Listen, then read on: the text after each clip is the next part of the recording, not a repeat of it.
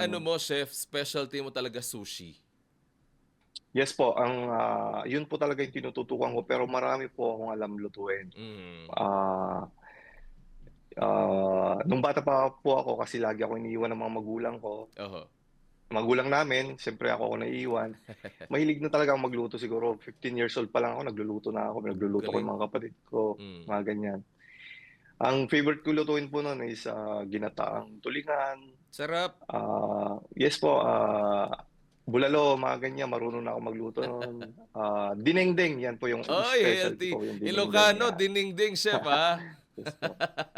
Ang Tapos galing. Oh, yes po. tapos?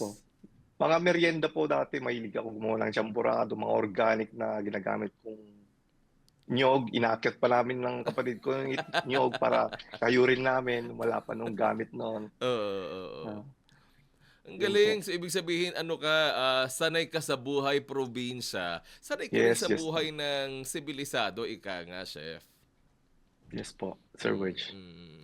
Ang galing ano. Eh tapos ito chef, nung napunta ka na diyan sa Italy, ang ganda ng kwento eh. Sinabi mo bago ka maging chef talaga diyan sa Italy, ang dami mong inikot, nag-caregiver ka, naging parang nag-utility ka pa. Ang dami mo palang naging trabaho muna diyan bago mo naabot yung pagiging chef mo.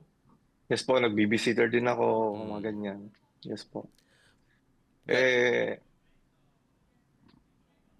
Ga- yes po, nung nandito na ako, dun ako nag-umpisa. Nung nasa South Italy pa kami. mm. And then, sa tulong ng mga kaibigan, sila yung nag-push din sa akin Oho. na gawin yung bagay na 'to. Inaaral ko ng mabuti.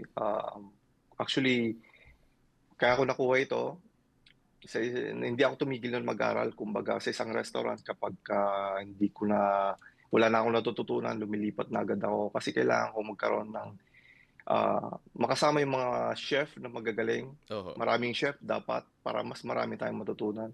Kaya sa loob ng isang taon, hindi ako nag-stay sa isang restaurant lang, bali halos 6 po yung pinasukan ko para lang matuto agad. So, nandiyan yung Oh. all you can eat, nandiyan, yung dinner à la carte, Oo. Italian ako, nakasama ko mga Italian, nagtrabaho din ako sa mga pizzahan, Mhm. kasi dito sikat ang pizza. Mm. So, bago yun, talagang ang dami kong nakasama po.